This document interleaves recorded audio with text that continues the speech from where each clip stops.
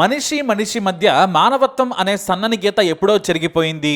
ఈ స్వార్థపు లోకంలో అంతా డబ్బు చుట్టూనే తిరుగుతుంది. ఆ తర్వాత కామం, రెండే మనిషిని మృగాన్ని చేస్తున్నాయి.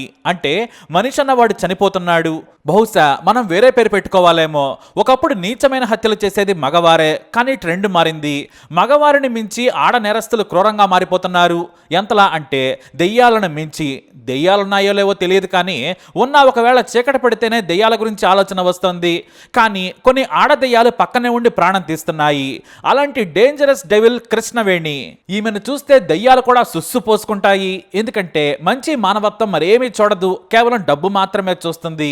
ఒక తల్లి కడుపున పుట్టిన తన సోదరులను దారుణంగా చంపింది నీచరాలు. ఎంత గొడవలున్నా కూడా ఆమె సోదరులు హత్యల వరకు వెళ్ళలేదు.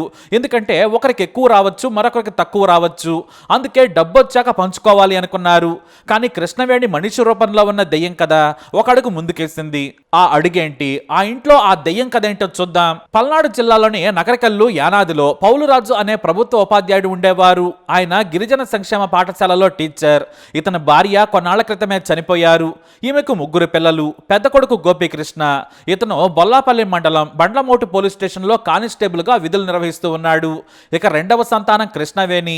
ఈమెకు పెళ్ళయింది, కానీ భర్తతో విభేదాల కారణంగా పుట్టింట్లోనే ఉంటుంది. ఇక మూడవ సంతానం దుర్గారామకృష్ణ. ఇద్దరు కొడుకులకు పెళ్ళయింది, కానీ భార్యలతో వీరికి విభేదాలు వచ్చాయి. కానిస్టేబుల్ గా విధులు నిర్వహిస్తున్న గోపీకృష్ణ మద్యానికి బానిసయ్యాడు. దీంతో అతని భార్య తన ఇద్దరు కూతుళ్లను తీసుకుని పుట్టింటికి వెళ్ళిపోయింది. ఇక దుర్గారామకృష్ణ భార్య సైతం తన ఇద్దరు కొడుకులను తీసుకుని పుట్టింటికి వెళ్ళిపోయింది. దీంతో ముగ్గురు తండ్రి దగ్గరే ఉండేవారు. ఇక టీచర్గా పనిచేస్తున్న పౌలిరాజు తన పిల్లల గురించి ఎప్పుడూ బాధపడుతూనే ఉండేవారు. అయితే ఆయనకు హఠాత్తుగా పక్షవాతం వచ్చింది. దీంతో ఆయన ఈ ఏడాది జనవరిలో చనిపోయాడు. ఆయన వయసు 50 ఏళ్ల పైనే ఉంది. అయితే తండ్రి చనిపోయినా కూడా వాళ్ళ ముగ్గురికి ఏమాత్రం బాధ లేదు. ఎందుకంటే ఆయన మరణంతో ప్రభుత్వం నుంచి 40 లక్షల రూపాయలు వస్తాయి. వాటిని చూసి ముగ్గురు డబ్బు కోసం పోటీ పడేవారు. ఇటు కృష్ణవేణికి తన గ్రామంలోని ఓ యువకుడితో అక్రమంబంధం ఉంది. నాన్న సొమ్ముతో హాయిగా జీవితంలో సెటిల్ కావాలనుకుంది కృష్ణవేణి. మరోవైపు కొడుకులు ఇద్దరు కూడా సోదరికి డబ్బులు ఇవ్వమని తేల్చి చెప్పేశారు. కానీ ఆమె పోరు పెట్టడంతో కొంత సొమ్మిస్తామని ఒప్పుకున్నారు. తాను నాన్నకు సపర్యలు చేశాను, నాన్న కష్టాలు బాగోగులు నేనే చూసుకున్నాను, కాబట్టి నాకే ఎక్కువ సొమ్ము దక్కాలని కృష్ణవేణి పోరు పెట్టింది. అందుకు గోపీకృష్ణ రామకృష్ణ ఇద్దరు ఒప్పుకోలేదు. దాదాపు ఏడాదిగా ఈ సొమ్ము గురించి ముగ్గురు కూడా గొడవ పడుతూనే ఉన్నారు. దీంతో తన ప్రియుడు మరో ముగ్గురు వ్యక్తులతో కలిసి దారుణమైన ప్లాన్ చేసింది ఈ కృష్ణవేణి. తన తోడబుట్టిన వారు అని కూడా ఆలోచించలేదు. ఏకంగా అన్నా తమ్ముడిని చంపాలనుకుంది. వారిని చంపితే వారిద్దరి నలుగురు పిల్లలు కూడా అనాథలవుతారని కూడా ఆలోచించలేదు రాక్షసి. ఎందుకంటే 40 లక్షలు తనకే దక్కాలి. ఇటు ఇంటితో పాటు కొంత ఆస్తిని కూడా చేజిక్కించుకోవాలి అనుకుంది. ఎందుకంటే ఆస్తిని సోదరికి ఇవ్వమని తేల్చి చెప్పేశారు సోదరులు. కానీ వచ్చే సమయంలో మాత్రం కొంత ఇస్తానన్నారు. దీంతో ఆమెకు కోపం వచ్చేసింది. మీరేంట్రా నాకిచ్చేది, మొత్తం నేనే తీసుకుంటానని పక్కాగా ప్లాన్ చేసింది. మొదట తమ్ముడిని హత్య చేసింది. ఎందుకంటే తాను చెప్పినట్లు వింటాడని. పైగా తమ్ముడు తెలివైనవాడు.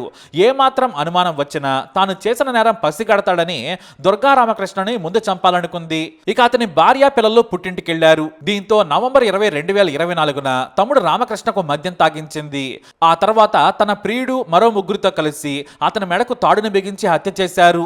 ఆ తర్వాత రాత్రి సమయంలో ఎవరికి అనుమానం రాకుండా తన ప్రియుడి ద్వారా చల్లగండ్ల గోరంట్ల మేజర్ కాలువలో పడేయించింది. మొత్తానికి తన ప్లాన్ సక్సెస్ అయింది. అది కూడా పెద్ద ప్లాన్. తమ్ముడు చనిపోయాడు అన్న బాధ కూడా లేదు. ప్లాన్ సక్సెస్ అయినందుకు ఎంతో ఆనందపడింది. అయితే కానిస్టేబుల్ గా ఉద్యోగం చేస్తున్న గోపీకృష్ణ తరచూ తమ్ముడు ఎక్కడా అని అడుగుతూ ఉండేవాడు.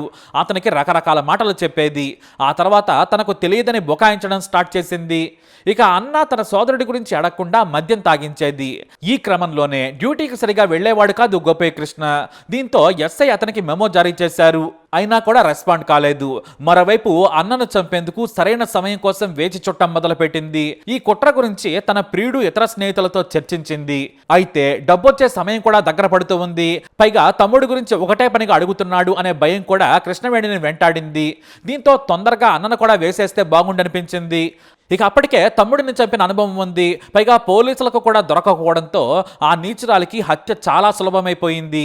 మంచి మానవత్వమే కాదు, తన చేతిలో పెరిగిన తమ్ముడిని చంపిన కృష్ణవేణి ఇక తనను చేయి పట్టుకుని బడికి తీసుకెళ్లిన అన్నను చంపేందుకు కూడా సర్వం సిద్ధం చేసింది.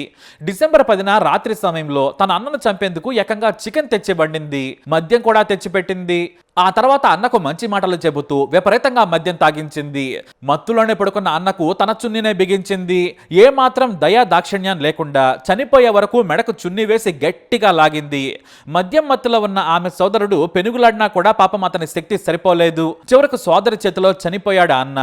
ఆ తర్వాత తన ప్రియుడు ఆమె స్నేహితులు గోపీకృష్ణ మృతదేహాన్ని గుంటూరు కాలువలో విసిరేశారు. అయితే పోలీసులు డ్యూటీకి రాకుండా ఉన్న గోపీకృష్ణ కోసం ఫోన్ చేయటం మొదలుపెట్టారు. అతని స్నేహితులు ఇంటికి వచ్చి అడుగుతూ ఉండడంతో ఆమె సరైన సమాధానాలు ఇవ్వలేకపోయింది. మరోవైపు పిల్లలు తమ నాన్నతో మాట్లాడుతామని కృష్ణవేణికి కాల్ చేస్తూ ఉండేవారు. ఇలా అన్ని వైపుల నుంచి ఒత్తిడి పెరిగింది. మరోవైపు తండ్రి డబ్బులు తన చేతికి రావాలన్నా కూడా సోదరుల సంతకం కావాలని తెలిసి ఒక్కసారిగా షాకు గురైంది కృష్ణవేణి. ఇక చిన్నగా కృష్ణవేణి మీద అనుమానం మొదలైంది. చేసేది లేక పోలీసులకు దొరికిపోతానన్న భయంతో పోలీసుల దగ్గరికి వెళ్ళి లొంగిపోయింది. తానే సోదరులను చంపానని పోలీసులకు చెప్పడంతో వారు ఒక్కసారిగా షాకు గురయ్యారు. ఇంట్లోనే ఉంటే ఆ విషయం తెలిసి చంపేస్తారని పోలీస్ స్టేషన్కి పరుగున వెళ్ళింది కృష్ణవేణి. మరోవైపు గోపీకృష్ణ రామకృష్ణ భార్యలను స్టేషన్కి పిలిపించి విచారణ చేశారు పోలీసులు. మరోవైపు ముప్పాళ్ల పరిధిలో ఓ మృతదేహం పోలీసులకు లభించింది. మరో మృతదేహాన్ని గోరంట్ల మేజర్ కాలువలో గుర్తించారు. మొత్తం పాడైపోయిన స్థితిలో ఉన్న వాటిని పరీక్షలు చేసి తేల్చే పనిలో పడ్డారు పోలీసులు. కృష్ణవేణి చెప్పిన వివరాల ప్రకారం ఈ హత్యలకు సహకరించిన మరో నలుగురిని కూడా పోలీసులు అదుపులోకి తీసుకున్నారు. అయితే తమ భర్తలు సొంత సోదరి చేతిలోనే హత్యకు గురయ్యారని తెలిసి గోపీకృష్ణ రామకృష్ణ భార్యలు రోధించిన తీరు అందరినీ కంటతడి పెట్టించింది. ఇటు పిల్లలకు కూడా కనీసం చివరి చూపు కూడా దక్కలేదు. అలా మొత్తం నాన్న సొమ్ము తనకే దక్కాలనే కుట్రతో సొంత సోదరులను చంపింది నీచురాలు. సమాజంలో రోజు రోజుకి పడిపోతున్న బాంధవ్య విలువలను ఈ ఘటన గుర్తు చేస్తోంది. అది ఆ ఇంట్లో ఉన్న కృష్ణవేణి దయ్యం కదా. మరి ఈ దయ్యాన్ని ఏం చేయాలి? మీ అభిప్రాయాన్ని కామెంట్ ద్వారా తెలియజేయండి. ఈ వీడియో అప్డేట్స్ కోసం మై ఛానల్ ఫాలో అవ్వండి. అలాగే తప్పకుండా సబ్స్క్రైబ్ చేసుకోండి.